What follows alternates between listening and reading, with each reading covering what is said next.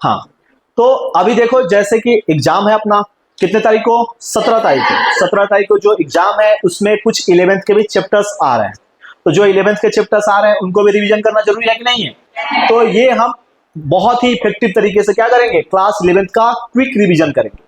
और ये रिवीजन इतना इफेक्टिव होगा कि इसको अगर ध्यान से आप करोगे तो क्या होंगे, क्वेश्चंस आसानी से होने लगेंगे जेईई मेंस के। अपने नीट के जो लोग हैं वो नीट वाले भी कर सकते हैं, ठीक है। तो सबसे पहला चैप्टर करते हैं कौन सा, यूनिट्स एंड डायमेंशंस। चैप्टर देखोगे एनसीईआरटी में यूनिट्स एंड मेजरमेंट्स नाम से, ठीक है। तो यूनिट एंड डायमेंशन में 3 पार्ट में इसको पढ़ते हैं। इसमें कितने पार्ट में पढ़ते हैं इस चैप्टर को, 3 पार्ट में। सबसे पहला पार्ट पढ़ते हैं कौन सा, डायमेंशंस वाला। इसमें हम पढ़ते हैं डायमेंशन निकालने उकालने वाला पार्ट्स करते हैं। क्वेश्चंस में क्या आता है, डायमेंशन निकालने के लिए क्वेश्चन आता है। जेईई मेंस में देखोगे तो मैच द फॉलोइंग आता है, उसमें क्या पूछता है, डायमेंशन निकालने के लिए पूछ लेता है कि बताओ इसका डायमेंशन कौन होगा, इसका डायमेंशन कौन होगा। इस साल बहुत सारे क्वेश्चन आए थे जेईई मेंस 2025 में, डायमेंशन निकालने वाले बहुत सारे क्वेश्चंस आए थे, तो उसको देखेंगे। उसके बाद से एरर्स वाला पार्ट देखेंगे। सेकंड पार्ट कौन सा देखेंगे, एरर वाला। तो एरर कैलकुलेशंस वाला भी क्वेश्चंस आया था इस साल, नीट में भी आया था, जेईई में भी आया था, तो एरर कैलकुलेशन देखेंगे। और तीसरा पार्ट इस चैप्टर का जो देखेंगे वो कौन सा है, मेजरिंग डिवाइस। और मेजरिंग डिवाइस में 2 इंपोर्टेंट डिवाइस है, कौन कौन सा, एक है वर्नियर क्लिपर और एक है स्क्रू गेज। तो वर्नियर क्लिपर और स्क्रू गेज के बारे में डिटेल में देखेंगे, ठीक है। तो सबसे पहले यूनिट एंड डायमेंशन में बात आता है कि फिजिकल क्वांटिटी। तो फिजिकल क्वांटिटी क्या होता है, वो क्वांटिटी जिसको हम किसी इंस्ट्रूमेंट की मदद से मेजर कर सकते हैं। तो फिजिकल क्वांटिटी अपना मेजरेबल क्वांटिटी होता है। उसका टाइप देखोगे ना तो 2 टाइप आता है, कौन कौन सा, एक होता है फंडामेंटल क्वांटिटी और एक होता है कौन सा, ड्राइव्ड क्वांटिटी। तो बात करेंगे फंडामेंटल क्वांटिटी क्या होता है, तो वो क्वांटिटी जो अपने आप को डिफाइन करने के लिए दूसरे के ऊपर निर्धारित नहीं होता या दूसरे के ऊपर डिपेंड नहीं करता, ठीक है। तो उसको क्या बोलते हैं, फंडामेंटल क्वांटिटी। अपने फिजिक्स में टोटल कितने हैं बताओ, 7 फंडामेंटल क्वांटिटी। टोटल कितने हैं, 7। तो देखेंगे कि सातों वो फंडामेंटल क्वांटिटी कौन कौन से हैं, ठीक है। तो सबसे पहला जो है वो कौन सा बताओ, मास। दूसरा कौन सा बताओ, लेंथ। उसके बाद से टाइम, उसके बाद से टेम्परेचर, उसके बाद से करेंट। ये 5 जो है ना सबसे ज्यादा यूज होंगे। इसके अलावा भी 2 है लेकिन वो उतना ज्यादा यूज होंगे क्या, नहीं। एक है अमाउंट ऑफ सब्सटेंस और उससे पहले इंटेंसिटी। लुमिनस इंटेंसिटी पूरा नाम है लेकिन ये क्या है, इंटेंसिटी। तो एक है इंटेंसिटी और फिर कौन सा है बताओ, अमाउंट ऑफ सब्सटेंस, जिसको मोल से भी लिख देते हैं, सिंपल। तो बताओ मास के लिए जो डायमेंशन यूज करेंगे ना वो क्या यूज करेंगे, या सिंबल इसका m यूज करेंगे। लेंथ के लिए l यूज करेंगे। टाइम के लिए कैपिटल T। टेम्परेचर के लिए या तो केल्विन का K या तो थीटा यूज करेंगे।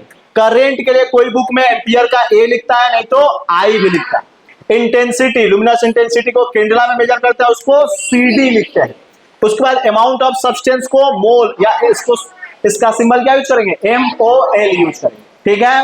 इसके बाद से बात आता है कि यूनिट। अब कोई भी क्वांटिटी को नापोगे तो कुछ ना कुछ यूनिट तो होना चाहिए ना। तो जैसे मास को नापते हैं ना तो एक यूनिट होता है, यूनिट सिस्टम अभी देखेंगे। तो इसका यूनिट होता है किसमें नापते हैं बताओ, केजी में। लेंथ को नापते हैं किसमें, मीटर में। टाइम को किसमें नापते हैं बताओ, सेकंड में। टेम्परेचर को किसमें नापते हैं बताओ, केल्विन के K में। करंट को किसमें नापते हैं, एम्पियर में नापते हैं। और इंटेंसिटी को किसमें, केंडला में, तो CD। और अमाउंट ऑफ सब्सटेंस को किसमें नापते हैं बताओ, मोल में नापते हैं। तो ये हमें सातों फंडामेंटल क्वांटिटी क्या होना चाहिए, याद होना चाहिए, और उनके सिंबल्स क्या होना चाहिए, याद होना चाहिए। क्लियर है, ठीक है।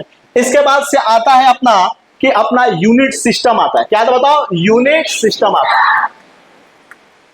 यूनिट सिस्टम तो अपने फिजिक्स में टोटल यूनिट सिस्टम कितने हैं, 4। एक है कौन सा, MKS यूनिट सिस्टम। पहला कौन सा बताओ, MKS। दूसरा है CGS यूनिट सिस्टम। तीसरा है FPS यूनिट सिस्टम। और चौथा जो सबसे इंपॉर्टेंट कौन सा, SI यूनिट सिस्टम, ठीक है। तो सबसे पहले बात करें कि MKS यूनिट सिस्टम मतलब क्या। तो इसमें MKS में क्या होता है, मास को किस में नापते बताओ, केजी में।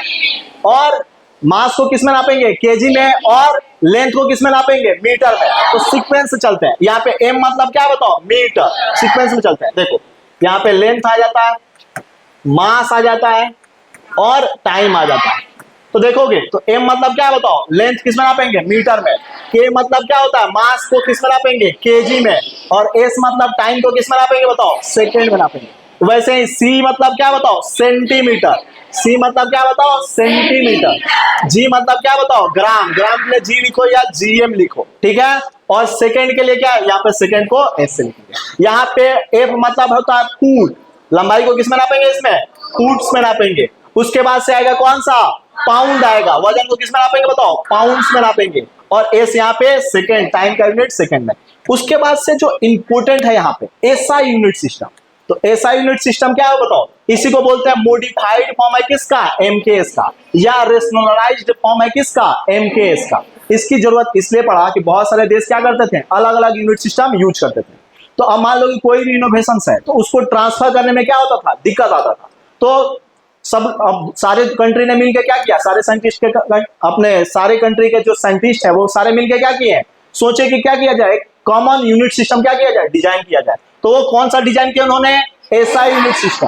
तो एसआई यूनिट सिस्टम में कौन सा आता है, एमकेएस तो आता ही है, एमकेएस तो आता ही है। इसके अलावा चार जो बचे हैं फंडामेंटल में से, एमकेएस तो आ गया, चार और कौन से बचे फंडामेंटल के, 4 रिमेनिंग जो फंडामेंटल क्वांटिटी है वो भी आ जाएंगे।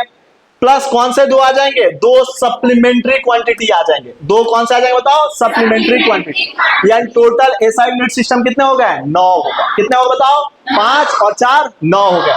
जिसमें एमकेएस 3, एम मतलब मीटर, के मतलब केजी, एस मतलब सेकेंड, और 4 रिमेनिंग वाला आ जाएंगे। फंडामेंटल 7 है ना, 3 आ गया तो यहाँ 4 बचेंगे कि नहीं बचेंगे, वो भी 4 आ जाएंगे। और प्लस 2 कौन से आ जाएंगे, सप्लीमेंट्री वाले। अभी इनको डिटेल में देखेंगे। सप्लीमेंट्री क्वांटिटी जो होता है ना, एक होता है प्लेन एंगल और एक होता है कौन सा, सॉलिड एंगल, जिनको डिटेल में अभी देखेंगे। क्लियर है क्या, यानी सिंपल भाषा में बोले तो कौन सा, 7 फंडामेंटल क्वांटिटी प्लस 2 कौन से, सप्लीमेंट्री क्वांटिटी, वो मिलके कौन बनाते हैं बताओ, एसआई यूनिट सिस्टम बनाते हैं। क्लियर है, क्लियर है एकदम। नेक्स्ट पॉइंट पे आ जाओ। बात आएगा इसके बाद से सप्लीमेंट्री क्वांटिटी कौन से होते हैं। तो सप्लीमेंट्री क्वांटिटी कौन सा बताओ, एक है प्लेन एंगल, एक है कौन सा, प्लेन एंगल जिसको थीटा से लिखेंगे, और एक है कौन सा, सॉलिड एंगल जिसको किससे लिखेंगे बताओ, ओमेगा से लिखेंगे।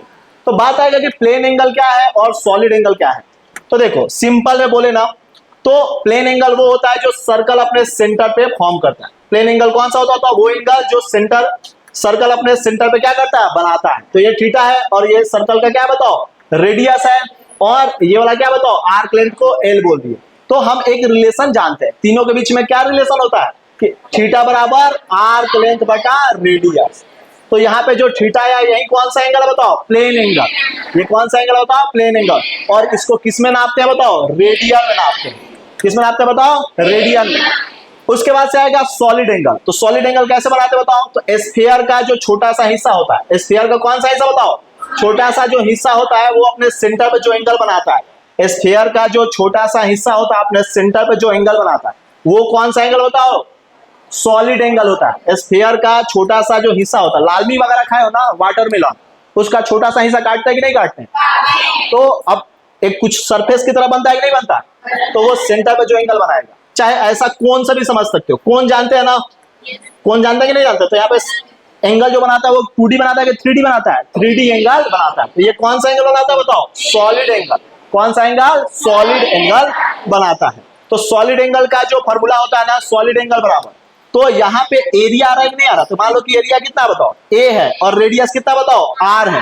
तो इसका फॉर्मूला होता है एरिया अपॉन रेडियस का स्क्वायर। कितना होता है, एरिया अपॉन रेडियस का स्क्वायर। और इसको जो नापते हैं वो किस में नापते हैं बताओ, स्टेरेडियन में नापते हैं। किस में नापते हैं बताओ, स्टेरेडियन में। और स्टेरेडियन के लिए लिखते हैं एस आर यूज करते हैं। स्टेरेडियन के लिए क्या यूज करते हैं, एस आर शॉर्ट में। और रेडियन के लिए शॉर्ट में क्या यूज करते हैं बताओ, आर ए डी। हमने देखा था कि सप्लीमेंट्री क्वांटिटी वो क्वांटिटी होते हैं जिनके पास यूनिट तो है लेकिन कोई डायमेंशन होता है क्या, नहीं। तो ये वो क्वांटिटी होते हैं जिनके पास यूनिट है। देखो रेडियन स्टेरेडियन है कि नहीं है, लेकिन इसके पास कोई डायमेंशन होता है क्या, नहीं। तो ये डायमेंशन लेस क्वांटिटी होता है। क्या होता है बताओ, डायमेंशन लेस क्वांटिटी होता है। इनके पास कोई भी डायमेंशन नहीं होता। आसान है, बिल्कुल बिल्कुल आसान। इनके बीच में एक रिलेशन भी होता है। इनके बीच में क्या होता है बताओ, रिलेशन। तो प्लेन एंगल और सॉलिड एंगल के बीच में रिलेशन बिल्ड करने के लिए मान लो कि एक कोण है, यहाँ पे एंगल कितना बनाया बताओ, सॉलिड एंगल कुछ बनाया है कितना, मान लिया कि ये सॉलिड एंगल कितना बनाया बताओ, ओमेगा। कितना एंगल बनाया बताओ, सॉलिड एंगल ओमेगा बनाया। हमने क्या किया, इसको 2D में कन्वर्ट करने के लिए यहां से स्ट्रेट लाइन खींचा, इसको हमने ज्वाइन कर दिया। तो ये वाला एंगल कितना होगा बताओ, थीटा। ये वाला एंगल कितना हो गया, थीटा। तो दोनों के बीच में जो रिलेशन होता है ओमेगा बराबर 2 pi into 1 minus cos theta के बराबर होता है। यहाँ पे जो ओमेगा है ये क्या बताओ, सॉलिड एंगल। थीटा जो है वो क्या बताओ, प्लेन एंगल। एक है सॉलिड एंगल, एक क्या बताओ, प्लेन एंगल है। अब मान लो कल का दे दे क्वेश्चन में ये वाला वैल्यू दे दे और ये वाला दे दे, तो क्या हम कॉस थीटा नहीं लिख लेंगे क्या? मान लो कि इसका वैल्यू दे दे कुछ, ये वाला वैल्यू को x दे दे और ये वाला वैल्यू को r दे दे और ये वाला वैल्यू दे, फिर भी निकाल लेंगे। यहाँ पे 90 बन रहा है तो पाइथागोरस के मदद से। तो बताओ यहाँ पे कॉस थीटा का मान कितना हो जाएगा? कॉस थीटा क्या होता है, बेस बटा हाइपोटेनस। तो बेस का वैल्यू कितना है x और हाइपोटेनस का वैल्यू कितना है r। ये वाला वैल्यू लेके सब्स्टिट्यूट कर देंगे, क्या यहाँ पे कर देंगे। तो ये वाला सॉलिड एंगल है तो किसमें होगा, स्टेरेडियन में होगा, और ये वाला प्लेन एंगल है तो किसमें होगा बताओ, रेडियन में होगा। होगा कि नहीं होगा, होगा। बिल्कुल आसान, बिल्कुल आसान है। नेक्स्ट पॉइंट पे आ जाओ। अब क्या होगा, कुछ डायमेंशन जो होते हैं जो हमें क्या होना चाहिए, बहुत ज्यादा यूज होंगे क्वेश्चंस में, वो हमें क्या होना चाहिए, याद ही होना चाहिए। जैसे सबसे पहला मोस्ट इंपोर्टेंट कौन सा, फोर्स का डायमेंशन। सबसे पहले किसका डायमेंशन बताओ, फोर्स का। तो फोर्स को हम किससे लिखते हैं बताओ, एफ से। तो डायमेंशन बनाने के लिए क्या चाहिए होता है, यूनिट चाहिए होता है, नहीं तो सिंपल क्या चाहिए, इसका फॉर्मूला चाहिए होता है। तो बात करोगे तो इसका फॉर्मूला क्या होता है, फोर्स बराबर मास इनटू एक्सेलरेशन। तो मास को हम किस में लिखते हैं बताओ, केजी में, और एक्सेलरेशन को किस में लिखते हैं, मीटर पर सेकंड स्क्वायर में। तो बताओ इसका डायमेंशन क्या बनेगा, मास के लिए क्या कैपिटल एम यूज करते हैं क्या, मीटर के लिए यानी लेंथ के लिए क्या यूज करते हैं एल, और नीचे सेकंड के लिए क्या कैपिटल टी। तो टी नीचे स्क्वायर है, लेकिन डायमेंशन फॉर्मूला में हमेशा क्या होता है, कभी भी डिनोमिनेटर में रखना है क्या, नहीं, हमेशा न्यूमरेटर में। तो टी के पावर ऊपर जाएगा तो क्या होगा, -2, और डायमेंशन फॉर्मूला को क्या करते हैं, स्क्वायर ब्रैकेट में बंद करते हैं। तो ये हमें क्या होना चाहिए, फोर्स का डायमेंशन याद ही होना चाहिए। इसी के मदद से अगर एनर्जी का हम बनाना चाहें तो अपने फिजिक्स में बहुत सारे टाइप के एनर्जी है। जैसे मैकेनिक्स में बात करोगे तो काइनेटिक है, पोटेंशियल है। लेकिन कोई भी टाइप का एनर्जी हो, वो इलेक्ट्रिकल एनर्जी हो, कोई भी एनर्जी हो, उसका डायमेंशन क्या रहेगा, सेम होगा। और डायमेंशन इसका कितना होता है बताओ, यूनिट तो जूल होता है, लेकिन डायमेंशन का बात करोगे तो कितना होता है, ml/t-2। और बनाना बहुत आसान होता है, इसलिए कि जो एनर्जी जूल में नापते हैं ना, वो एक्चुअल में क्या होता है, जूल जो होता है वो इक्विवेलेंट होता है किसके, न्यूटन मीटर से। तो तुम ही सोचो, न्यूटन मतलब फोर्स का हमने जो न्यूटन था यूनिट, इसको तो अभी निकाल लिया था। इसी में क्या करना है, एक लेंथ से मल्टीप्लाई करोगे तो आ जाएगा क्या, आ जाएगा। बिल्कुल आसान है, बिल्कुल आसान है। इसके बाद से बात करते हैं किसका, प्रेशर का। प्रेशर का बात करोगे तो प्रेशर को किससे लिखते हैं, पी से। मोमेंटम को भी लिखते हैं, लेकिन अभी प्रेशर को हम किससे लिख रहे हैं बताओ, पी से लिख रहे हैं। तो प्रेशर का डायमेंशन निकालने के लिए क्या करोगे, फोर्स बटा एरिया होता है फॉर्मूला। फोर्स में किसका भाग दे दो, एरिया का। तो भाग दोगे तो ये कितना है, ml t माइनस कितना बताओ 2, l के पावर 2 से भाग देंगे तो ऊपर जाएगा तो कितना होगा, 1 में से 2 जाएगा तो l के पावर -1 हो जाएगा। हो जाएगा क्या, हो जाएगा। इसके अलावा भी और 2 डायमेंशन है जो हमें क्या होना चाहिए, पता होना चाहिए। कौन कौन से, एक होता है एप्सिलॉन जीरो का, जिसको बोलते हैं क्या, परमिटिविटी। ये क्लास 12th में यूज करेंगे। कहां पे यूज करेंगे बताओ, क्लास 12th में। इसका डायमेंशन कितना होता बताओ, याद करने का तरीका बताता है, mlTA। और कैसे, 1 3 4 2। और क्या होंगे बताओ, स्टार्टिंग के दोनों माइनस में होंगे, ठीक है। और इसको क्या करो, स्क्वायर ब्रैकेट में बंद कर दो। क्लास 12th में चलेंगे ना तो इसका कूलम्ब्स लॉ की मदद से इसका डायमेंशन निकाल लेंगे, लेकिन अभी याद रहेगा ना तो थोड़ा फास्ट कर पाएंगे, ठीक है। इसके बाद से आता है म्यू जीरो, जिसको क्या बोलते हैं बताओ, परमिएबिलिटी। तो परमिएबिलिटी को भी कैसे लिखते हैं, mlTA। और क्या करते बताओ, स्टार्टिंग के दोनों 1 1 और ये वाला 2 2, और इसमें पहले वाले दोनों माइनस, इसमें लास्ट वाले दोनों माइनस में होंगे। होंगे क्या, होंगे। तो काफी आसानी से ऐसा हम बना सकते हैं क्या, डायमेंशन रिलेट करके। अगर ये पांचों डायमेंशन पता होना तो बाकी सारे बनाना क्या होते हैं, बहुत ही आसानी से बना लेंगे। बना लेंगे क्या, बना लेंगे। इसके बाद से बात आता है कि जो प्रेशर वाला है ना, इसके इक्विवेलेंट और बहुत सारे डायमेंशन होते हैं। कौन कौन से, प्रेशर का जो आ गया वही किसका होगा, स्ट्रेस, जिसको किससे लिखेंगे, सिग्मा। अब कोई भी टाइप का मॉडुलस ऑफ इलास्टिसिटी हो, मॉडुलस ऑफ इलास्टिसिटी हो, ये यंग्स वाला हो, बल्क वाला हो, या मॉडुलस ऑफ रिजिडिटी वाला हो, सबका डायमेंशन क्या होगा, सेम है। सबका डायमेंशन क्या होगा, सेम सेम। एनर्जी हो या टॉर्क हो, उसका डायमेंशन क्या होगा, सेम सेम, यही होगा। इसलिए कि एनर्जी और टॉर्क का डायमेंशन क्या होता है, सेम। ऐसे बहुत सारे हम डायमेंशन को क्या कर सकते हैं, आपस में मर्ज कर सकते हैं। कर सकते हैं क्या, कर सकते हैं। बहुत सारे फिजिकल क्वांटिटी होता है जिनका डायमेंशन सेम होता है। लेकिन ये 5 अगर हमें ध्यान रहेगा ना तो बाकी सारे हम आसानी से बना लेंगे। क्या बना लेंगे। इसके बाद से बात आता है थोड़ा सा आप क्या करेंगे, कौन से क्वांटिटी को आपस में जोड़ घटाव कर पाएंगे उसके बारे में क्या एक रूल है। कौन सा, प्रिंसिपल ऑफ होमोजेनिटी। ये रूल सिंपल जानते हो क्या बताता है, ये बताता है कि उन्हीं क्वांटिटी को आपस में जोड़ घटाव करेंगे जो क्वांटिटी क्या होंगे, जिनका डायमेंशन क्या होगा, सेम होगा। यानी कहीं पे मान लो कि सिंपल लिखा है ए बराबर हमने लिख दिया बी प्लस सी के बराबर लिख दिया, तो इसका मतलब क्या है कि बी और सी आपस में जुड़ा है। इसका मतलब क्या है कि बी का जो डायमेंशन होना चाहिए वो किसके बराबर होना चाहिए, सी का डायमेंशन होना चाहिए। और एक रूल तो ये बोलता है कि उन्हीं क्वांटिटी को जोड़ घटाव करेंगे जिनका डायमेंशन क्या होगा, सेम। और दूसरा इसी में रूल बोलता है, क्या बोलता है कि एलएचएस का डायमेंशन बराबर आरएचएस का डायमेंशन। तो एलएचएस वाला आरएचएस वाला ये हो गया, तो एलएचएस में डायमेंशन क्या है बताओ, ए, तो ए का भी डायमेंशन क्या होना चाहिए, बराबर। यानी प्रिंसिपल ऑफ होमोजेनिटी बहुत आसान है, क्या है, यानी उन्हीं क्वांटिटी को प्लस या माइनस करेंगे जिनका क्या होगा, सेम डायमेंशन होगा। सेम डायमेंशन वाले को ही क्या करेंगे, प्लस या माइनस करेंगे। और एलएचएस का जो डायमेंशन होगा वही किसके बराबर होगा, आरएचएस के डायमेंशन के बराबर होगा। ये 2 पॉइंट अगर ध्यान रहे ना तो प्रिंसिपल ऑफ होमोजेनिटी से बाहर जाएगा क्या, नहीं। इसी से सारे क्वेश्चन हम क्या कर सकते हैं, कर सकते हैं। क्लियर है। तो एक क्वेश्चन आ गया था, जेईई मेंस का ही क्वेश्चन था, देखोगे तो ऐसा आ गया था, फोर्स बराबर लिखा था alpha T plus beta T square. तो क्या अल्फा और बीटा का डायमेंशन बता सकते हैं क्या, अल्फा बीटा का डायमेंशन बताने के लिए कंपेयर करो। एक जगह पे क्या है, फोर्स, यानी फोर्स बराबर क्या लिखोगे, अल्फा टी का डायमेंशन बराबर क्या लिखोगे, बीटा टी स्क्वायर का डायमेंशन। क्या यहां से अल्फा का डायमेंशन आ जाएगा क्या, अल्फा का डायमेंशन क्या होगा, फोर्स बटा टाइम का डायमेंशन।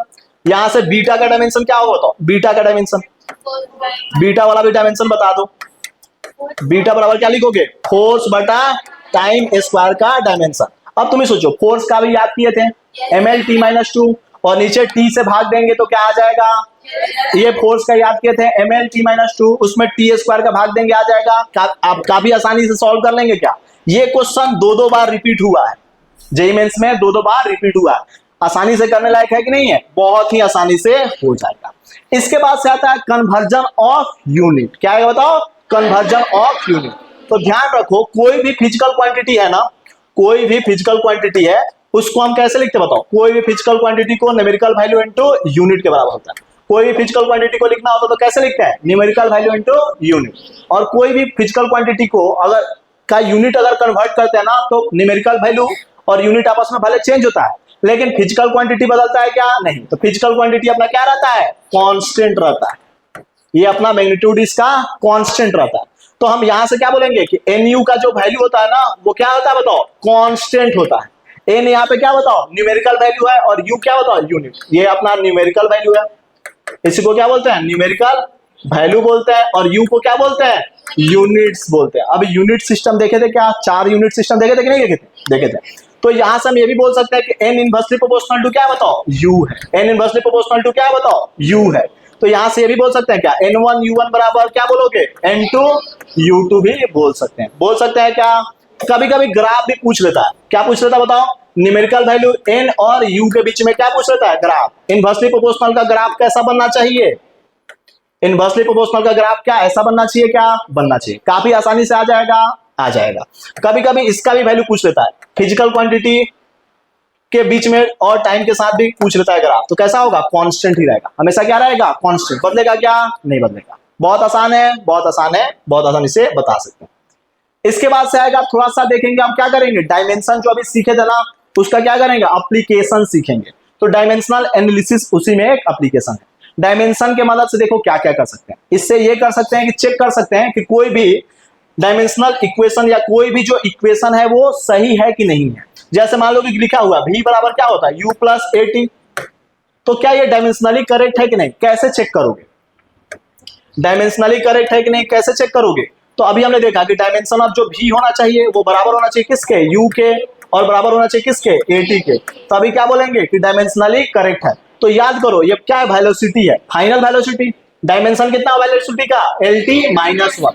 ये इनिशियल है तो इसका भी डायमेंशन कितना होगा बताओ, lt-1 आएगा क्या। उसके बाद से एक्सेलरेशन का कितना होता बताओ, एल टी माइनस टू, उसी में टी से मल्टीप्लाई करोगे तो ये वाला भी कितना है बताओ, किसके बराबर, एल टी माइनस वन आएगा, क्या आएगा। तो ये क्या डायमेंशनली करेक्ट है कि नहीं है, डायमेंशनली करेक्ट इक्वेशन है। न्यूमेरिकली करेक्ट भी है क्या, न्यूमेरिकली करेक्ट है, जो कि हम जानते भी हैं, v बराबर क्या होता है, u plus A T, first equation of motion. जानते हैं कि नहीं जानते, जानते हैं। कोई भी इक्वेशन को हम क्या कर सकते हैं, डायमेंशनली करेक्ट है कि नहीं चेक कर सकते हैं क्या, बिल्कुल आसानी से कर सकते हैं। इसी में एक टर्म आ जाता है डायमेंशनल एनालिसिस का। जैसे एक सबसे बेसिक सा एग्जांपल है, जैसे time period of simple pendulum बोल दिया कि डिपेंड कर रहा है किसके ऊपर, लेंथ ऑफ वायर के ऊपर और एक्सेलरेशन ड्यू टू ग्रेविटी के ऊपर। ये दो टर्म के ऊपर क्या कर रहा है, डिपेंड कर रहा है। तो मान लो कि हमें नहीं पता है कि इसके कितने पावर होंगे, चाहे कुछ भी होंगे, तो स्टेप क्या होता है, जिसके ऊपर डिपेंड कर रहा है उसको लिख दिए, और इसका पावर नहीं पता तो लगा दो ए, इसका पावर नहीं पता तो लगा दो बी। उसके बाद से क्या करते हैं, दोनों तरफ लेफ्ट और राइट हैंड साइड में क्या करते हैं, डायमेंशनल फॉर्मूला लिखते हैं और इक्वेट करके सॉल्व करते हैं। इसका डायमेंशन क्या लिखोगे, m कुछ भी नहीं है, l के पावर 0, t के पावर कितना 1, प्रोपोर्शनल टू l को क्या लिखो बताओ, ऐसे लिख दे, l के पावर a लिख दे क्या, और g मतलब क्या है, acceleration due to gravity, acceleration ही है ना, तो क्या लिखोगे, एल टी माइनस टू के पावर कितना लिखोगे b। तो इसको हम क्या ऐसे लिख सकते हैं क्या, प्रोपोर्शनल टू है ही, तो क्या लिखो बताओ, l के पावर a है और यहाँ पे l के पावर कितना है बताओ b, तो प्लस का b लिख दें, और t के पावर कितना होगा बताओ, माइनस का 2b। अब क्या करोगे, पावर को कंपेयर करोगे, तो m का पावर, इधर m कुछ है क्या, नहीं है, l का पावर कंपेयर करो, l का पावर कितना है a प्लस b, इधर l का पावर कितना बताओ 0, इधर t का पावर कितना बताओ माइनस का 2b, और इधर कितना बताओ 1। तो यहां से b बराबर कितना आ गया, माइनस का 1/2। यहां से a बराबर क्या लिखोगे, माइनस का b, तो a बराबर क्या आएगा, यहां पे रखोगे तो माइनस ऑफ माइनस 1/2 कितना आएगा बताओ 1/2। a का वैल्यू आ गया 1/2 और b का वैल्यू आ गया माइनस 1/2। तो क्या हम बता सकते हैं क्या कि फॉर्मूला अपना क्या बन गया, t प्रोपोर्शनल टू l के पावर कितना आ रहा बताओ 1/2, g के पावर माइनस 1/2। तो इसको ऐसा लिख दे, t proportional to root l है और ये नीचे जाएगा तो क्या है, इसको पॉजिटिव हो जाएगा तो रूट g लिख दे, इसी को हम ऐसे लिख दे क्या, अंडर रूट ऑफ l/g, यानी t प्रोपोर्शनल टू क्या आ गया, अंडर रूट ऑफ l/g आ गया, आ जाएगा क्या। ऐसे स्टेप हम करके कोई भी डायमेंशनल फॉर्मूला बना सकते हैं क्या, बना सकते हैं। कोई भी आसानी से क्या करोगे, 2-3 फिजिकल क्वांटिटी देके पूछ लेगा कि क्या उनके बीच में रिलेशंस बनेगा, तो डायमेंशनल एनालिसिस की मदद से बना सकते हैं। लेकिन इसमें खामियां ये है डायमेंशनल एनालिसिस का कि इससे डायमेंशनल कांस्टेंट के बारे में नहीं जानकारी मिलता। डायमेंशनल कांस्टेंट पता है क्या कि यहाँ पे कांस्टेंट क्या आएगा उसके बारे में जानकारी नहीं देता है, या यहाँ पे 3 से ज्यादा फिजिकल क्वांटिटी होता है ना, तो वहां भी यूज कर पाते हैं क्या, नहीं। उसके बाद से ये भी होता है कि अगर प्लस माइनस में फिजिकल क्वांटिटी आपस में जुड़े होंगे उनके बारे में भी जानकारी दे पाएगा क्या, ये नहीं। उसके बाद से आ जाता है कि अगर मान लो ऐसा फिजिकल क्वांटिटी, 2 फिजिकल क्वांटिटी आ गया जिनका क्या है डायमेंशन सेम है, वहां भी अप्लाई कर पाएंगे क्या इसको, नहीं। तो इसके 4-5 क्या है, ये लिमिटेशंस हैं, ड्रॉबैक है, जहां पे इसको यूज हम नहीं कर पाते। ठीक है, पूछता है एग्जाम में, ध्यान रखना इसको। नेक्स्ट पॉइंट पे आ जाओ, हमको आएगा डायमेंशनलेस क्वांटिटी कौन कौन से होते हैं। तो सबसे पहले बात है कि डायमेंशनलेस क्वांटिटी कौन कौन से होते हैं, तो ratio of same physical quantity, अगर एनर्जी में एनर्जी का भाग दे दोगे तो क्या होगा डायमेंशनलेस। तो क्या सिंपल, सबसे पहले कौन आएगा, ratio of same physical quantity. Same physical quantity का जो रेशियो होता है, यानी एनर्जी बाय एनर्जी का डायमेंशन बताओ, डेंसिटी बाय डेंसिटी का बताओ, सबका क्या होगा डायमेंशनलेस आएगा। उसके बाद से आएगा मैथमेटिकल कांस्टेंट जितने भी होते हैं, कौन से मैथमेटिकल कांस्टेंट, जैसे पाई हो गया, पाई आ गया, ई हो गया, कोई नंबर हो गया, ऐसे कुछ भी आ गया, ये सारे के सारे क्या है डायमेंशनलेस है। इसके बाद से मैथमेटिकल फंक्शंस कुछ आते हैं, कौन कौन से, ई के पावर x हो गया, एक्सपोनेंशियल वाले, लॉग वाले आ जाएंगे, या साइन वाले आ जाएंगे, साइन x आ गया, कॉस x आ गया, टेन x आ गया। ऐसे ये जितने भी ट्रिग्नोमेट्रिक है ना, इनके डायमेंशन कुछ होते हैं क्या, नहीं होते हैं ना। इसके आउटपुट का डायमेंशन होता है ना, अंदर वाले x का कोई डायमेंशन होता है। ये क्या होते हैं डायमेंशनलेस होते हैं। तो ये सारे क्या बताओ डायमेंशनलेस है, जो कि काफी हेल्प करेंगे एग्जाम में। हमें पता होना चाहिए कि ये क्या है क्वांटिटी, सारे के सारे डायमेंशनलेस है। नेक्स्ट पॉइंट पे आओगे, नेक्स्ट पॉइंट पे तो अब क्या देखेंगे, थोड़ा सा एरर के बारे में देखेंगे। किसके बारे में देखेंगे बताओ, एरर के बारे में देखेंगे। तो एरर क्या होता है बताओ, कैसे एरर निकालते हैं। तो एरर निकालने का सिंपल मतलब है कि कुछ एक्चुअल वैल्यू पहले से पता होगा, नहीं पता होगा तो क्या करेंगे, जो भी वैल्यू हमने निकाला उसको उसका एवरेज निकाल लेंगे। तो वही क्या होता है, एक्चुअल वैल्यू, और एक होता है मेजर्ड वैल्यू। एक्चुअल वाले से मेजर्ड को हटा देते हैं। एक्चुअल एरर हमेशा क्या होता है, अगर ई से लिख दे तो जो एक्चुअल वैल्यू होता है ना, एक्चुअल वैल्यू उसमें से क्या करते हैं बताओ, जो हमने नाप के निकाला यानी मेजर्ड वैल्यू जो है ना उसको क्या करते हैं, घटा देते हैं। एक्चुअल वैल्यू में से क्या करते हैं, मेजर्ड वैल्यू को घटा देते हैं। और एक्चुअल वैल्यू को कभी कभी क्या बोल देते हैं बताओ, ट्रू वैल्यू। और एक्चुअल वैल्यू हो या ट्रू वैल्यू हो, इसको कैसे निकालते हैं, क्वेश्चन में ना दिया हो या तो एक्सपेरिमेंट से निकालोगे इसको, या क्वेश्चन में अगर नहीं दिया है तो हमको क्या करना पड़ता है, जितने भी डेटा दिया है ना उसके एवरेज या मीन के मदद से निकालते हैं। एवरेज या मीन निकालो, वही डेटा क्या होगा, ट्रू वैल्यू की तरह काम करेगा। क्लियर है, ठीक है। अब एरर पॉजिटिव नेगेटिव जीरो तीनों हो सकता है। पॉजिटिव कब होगा, जब ये वाला कम होगा इसके तुलना में। जीरो कब होगा, जब दोनों बराबर।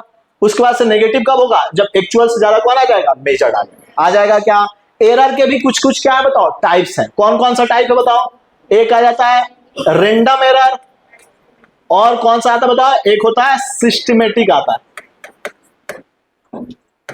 एक रेंडम और एक सिस्टमेटिक। तो रेंडम वाला वो एरर होता है जिसका कारण और पता होता है क्या, नहीं होता। सिस्टमेटिक वाला वो एरर होता है जिसका कारण पता होता है। ठीक है, अब सिस्टमेटिक एरर के भी कुछ टाइप होंगे, तो इसमें कौन सा आता है, एक आता है इंस्ट्रूमेंटल एरर, एक आता है इन्वायरमेंटल एरर, उसके बाद से एक आता है ह्यूमन एरर आता है। ठीक है, तो ये सारे क्या है, सिस्टमेटिक एरर के कारण है। इंस्ट्रूमेंट की वजह से जो आएगा उसको इंस्ट्रूमेंट एरर, इन्वायरमेंट की वजह से जो आएगा इन्वायरमेंटल एरर, या एक्सपेरिमेंटल एरर भी बोल सकते हो। एक और कौन सा एरर होगा, एक ह्यूमन एरर होगा। ठीक है ना, तो ये सारे टाइप कौन एरर है, सिस्टमेटिक एरर है, जिसके कारण क्या होते हैं, पता होते हैं। ये आ गया था नीट के एग्जाम में, रेंडम एरर वाला लास्ट ईयर ही क्वेश्चन आ गया था। ठीक है, हाँ। नेक्स्ट पॉइंट पे आओगे इसी में, तो क्या करेंगे, कॉम्बिनेशन ऑफ एरर देखेंगे, जो कि काफी इंपॉर्टेंट है। जैसे देखो एरर को कंबाइन कैसे करते हैं, इससे क्वेश्चंस आते हैं। जैसे मान लो कि आ गया सबसे पहले कि मान लो कि z बराबर एक क्वांटिटी दिया है, कितना दिया बताओ, a प्लस बी। z बराबर क्वांटिटी क्या दिया बताओ, a प्लस बी। मान लो कि z में जो एरर है ना उसको हमने लिख दिया किससे, डेल्टा z से।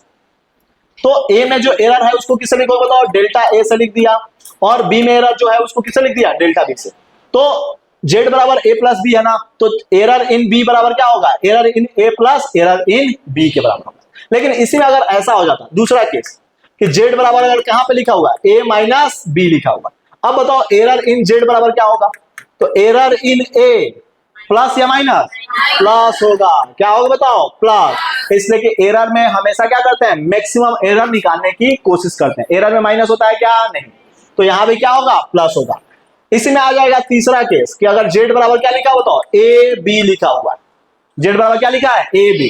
तो यहां पे एरर इन z क्या हम डायरेक्ट निकाल सकते हैं क्या, एब्सोल्यूट एरर डायरेक्ट नहीं निकाल सकते हैं। हम क्या निकालेंगे, relative error, delta z by z करेंगे इज इक्वल टू, यहां पे क्या आएगा, डेल्टा a बाई a आ जाएगा, और इनटू वाला क्या होगा, plus delta b by b हो जाएगा क्या। यहां पे जो नोट पॉइंट है वो ध्यान क्या रखना है कि जो डेल्टा z है ना इसको क्या बोलते हैं, एब्सोल्यूट एरर है। ये क्या बताओ, एब्सोल्यूट एरर है। लेकिन एब्सोल्यूट एरर किस में है, ये जेड में है। एब्सोल्यूट एरर इन क्या है, जेड है। ऐसे ही इसको क्या बोलोगे, एब्सोल्यूट एरर इन ए, इसको एब्सोल्यूट एरर इन बी बोल सकते हैं, बिल्कुल आसान।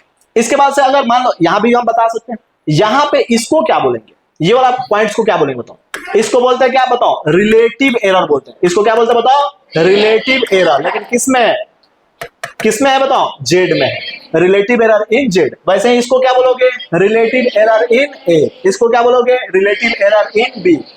तो हम जब भी प्रोडक्ट में दिया होगा, आगे चल के देखेंगे कि अगर जेड बराबर ऐसे भी लिखा हो ना, ए बाई बी, तो सेम ही वैल्यू आता है, प्रोडक्ट में हो या डिवाइड में हो। तो सबसे पहले क्या निकालोगे, रिलेटिव एरर, और एक बार रिलेटिव एरर आ गया उसके बाद से हम क्या कर सकते हैं बताओ, डेल्टा जेड बराबर, और क्या लिख सकते हैं इसमें, जेड को ऊपर भेज दो तो ऐसे लिखते हैं, delta A by A plus delta B by B. लिख सकते हैं क्या, लिख सकते हैं। यानी जब भी प्रोडक्ट में या डिवीजन के फॉर्म में दिया हो तो सबसे पहले क्या निकालते हैं, रिलेटिव एरर, उसके बाद से क्या निकालते हैं बताओ, एब्सोल्यूट एरर निकालते हैं। लेकिन अगर प्लस माइनस में दिया हो तो डायरेक्ट क्या निकाल लेते हैं, एब्सोल्यूट एरर निकाल लेते हैं। काफी आसान है। इसी में एक आता है बहुत इंपॉर्टेंट सा केस आता है, कौन सा, अगर मान लो कि जेड बराबर ऐसा लिख दिया, कि ए के पावर x है, b के पावर y है और c के पावर क्या है बताओ z है। अब बताओ error in a, error in z बताओ। बोल देगा रिलेटिव एरर इन z बताना। तो रिलेटिव एरर इन z आप कैसे लिखोगे बताओ। तो रिलेटिव एरर इन z लिखना बहुत ही आसान है, बहुत ही आसान। पावर को क्या करना है आगे लाना है। अब क्या करना है relative error in a plus का पावर को आगे लाओ relative error in b plus power को आगे लाओ रिलेटिव एरर इन क्या लिखना बताओ c लिखना। अब तुम्हें सोचो एक चीज हमेशा ध्यान रखना, जब भी क्वेश्चन में रिलेटिव एरर मान लो कि पूछा है ऐसे कर लेना, लेकिन अगर परसेंटेज एरर पूछ लिया, क्या पूछ लिया बताओ परसेंटेज एरर, तो उसमें क्या करना होता है रिलेटिव एरर में 100 से गुना। तो इधर 100 से गुना करोगे तो इधर भी क्या कर दोगे 100 से गुना कर दोगे, आ जाएगा। इससे बहुत बार क्वेश्चन आया है, इससे जेई का एग्जाम हो नीट का एग्जाम हो बहुत बार क्वेश्चन आया है। ठीक है, बहुत ही आसान है, आसानी से कर लेंगे। इसी को क्या बोलते हैं जो ये आया है ना वैल्यू, कहीं भी ऐसा लिखा है डेल्टा ए बाई, एक एग्जांपल लेते हैं, इनटू 100 लिखा है, तो ये इसको क्या बोलते हैं बताओ, इसको क्या रीड करोगे परसेंटेज एरर है किसमें, परसेंटेज एरर इन किसमें ए में, परसेंटेज एरर इन ए। काफी आसानी से क्वेश्चन इसके हो जाएंगे। नेक्स्ट पॉइंट पे आओगे तो अपना आएगा कौन सा मेजरिंग डिवाइस, मेजरिंग डिवाइस। तो मेजरिंग डिवाइस में सबसे पहले टर्म एक आता है कौन सा लीस्ट काउंट। सबसे पहले वर्ड क्या है बताओ मेजरिंग डिवाइस देखने से पहले बताओ लीस्ट काउंट है।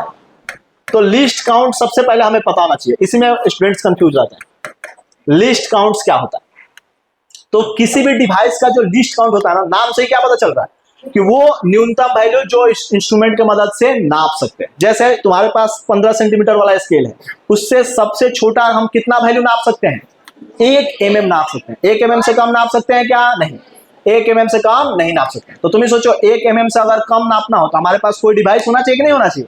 तो 1 mm से कम नापने वाला जो दो डिवाइस हम यूज करते हैं, एक होता है कौन सा वर्नियर कैलिपर होता है, कौन सा होता है बताओ वर्नियर कैलिपर, और दूसरा कौन सा होता है बताओ स्क्रू गेज।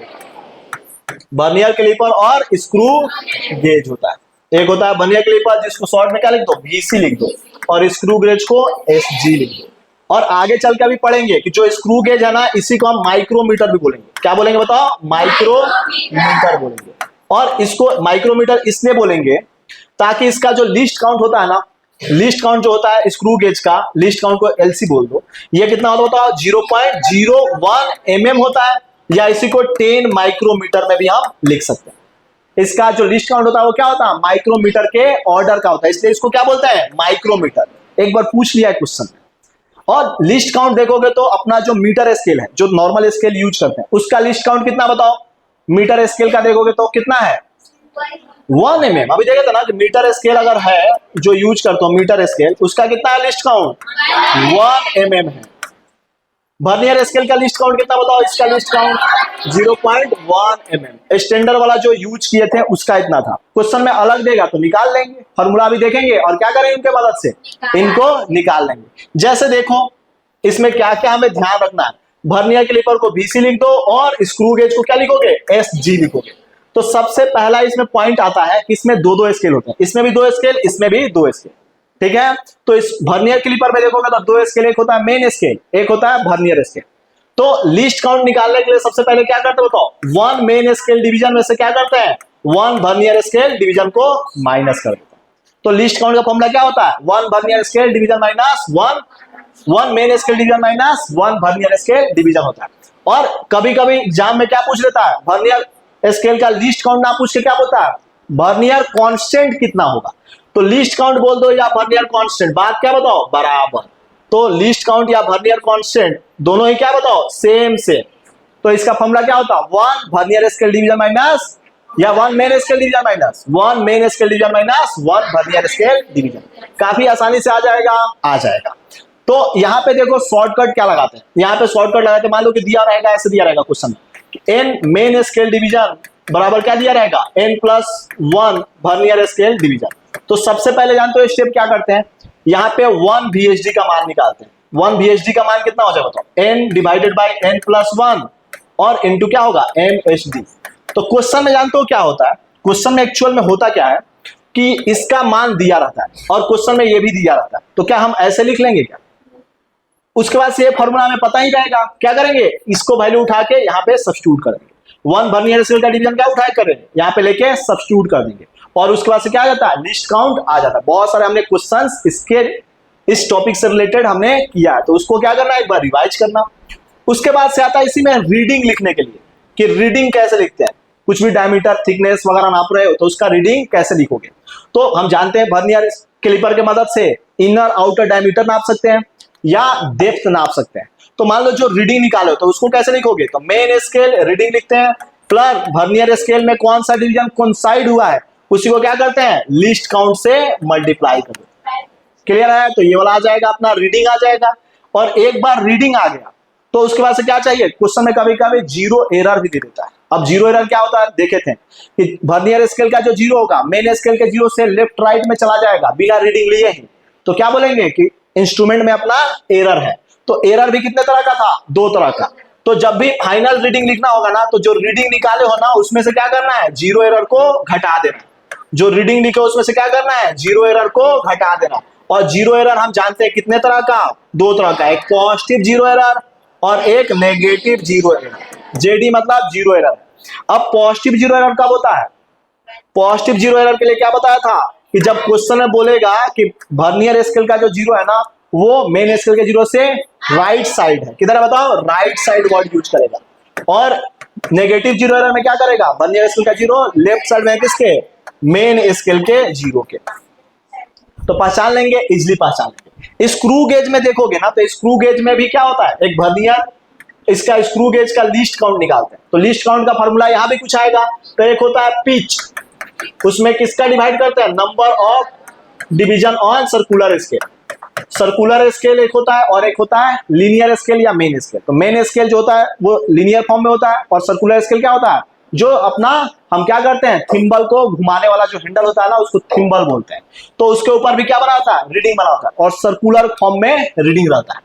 तो वहां से हम क्या निकाल लेते बताओ, पिच में किसका भाग देके, number of division on circular scale. तो इसी को शॉर्ट में लिखते हैं, पिच को किससे लिख दो, पी से, और number of division on circular scale को एल से लिख दो। क्लियर है।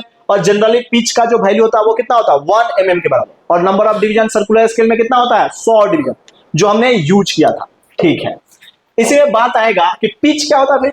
तो एक राउंड सर्कुलर स्केल को घुमाने पे जितना आगे पीछे लीनियर स्केल पे होता है उसी को क्या बोलते हैं, पिच बोलते हैं।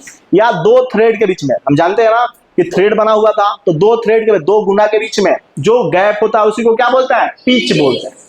इसी में बात आता है कि अपना रीडिंग कैसे लिखोगे। फिर रीडिंग लिखने का तरीका क्या था, तो main scale reading plus circular scale reading, circular scale reading, और उसमें क्या करोगे, लिस्ट काउंट से मल्टीप्लाई करोगे। सर्कुलर स्केल में कौन सा डिवीजन क्या हुआ है, अपना रेफरेंस लाइन से कोइंसाइड हुआ है, उसी में क्या करोगे, लिस्ट काउंट से मल्टीप्लाई कर दोगे। तो क्या आ जाएगा बताओ, रीडिंग आ जाएगा। और मेन स्केल जो रीडिंग है ना उसी को क्या बोलते हैं, लीनियर स्केल रीडिंग कभी कभी बोलते हैं। इसके बाद से आएगा कि अगर मान लो कि कुछ एरर है इंस्ट्रूमेंट में, वो कौन सा एरर होगा, जीरो एरर। तो जीरो एरर होगा तो उसमें क्या करोगे, रीडिंग में से क्या करोगे, माइनस करोगे जीरो एरर। अब जीरो एरर भी कितने तरह का, दो तरह का, एक पॉजिटिव एक नेगेटिव। तो क्वेश्चन में पहचानोगे कैसे, तो क्वेश्चन में बोलेगा बिलो वर्ड यूज करेगा कि रेफरेंस लाइन के बिलो है सर्कुलर स्केल का जीरो, तो वो कैसा एरर होगा, पॉजिटिव एरर होगा। और एबव होगा तो कौन सा एरर, नेगेटिव होगा। थोड़ा सा उल्टा है, ध्यान रखना। क्लियर है क्या। और जब भी फॉर्मूला में सब्स्टिट्यूट करना है तो क्या करना है, एरर को साइन के साथ सब्स्टिट्यूट करना। क्लियर है, इतना बिल्कुल क्लियर है। तो इससे सारे क्वेश्चंस हो जाएंगे, क्या हो जाएंगे। तो ये बहुत ही आसान है टॉपिक, बस हमें क्या करना है, प्रैक्टिस अब थोड़ा सा करना है। देखा जाए कुछ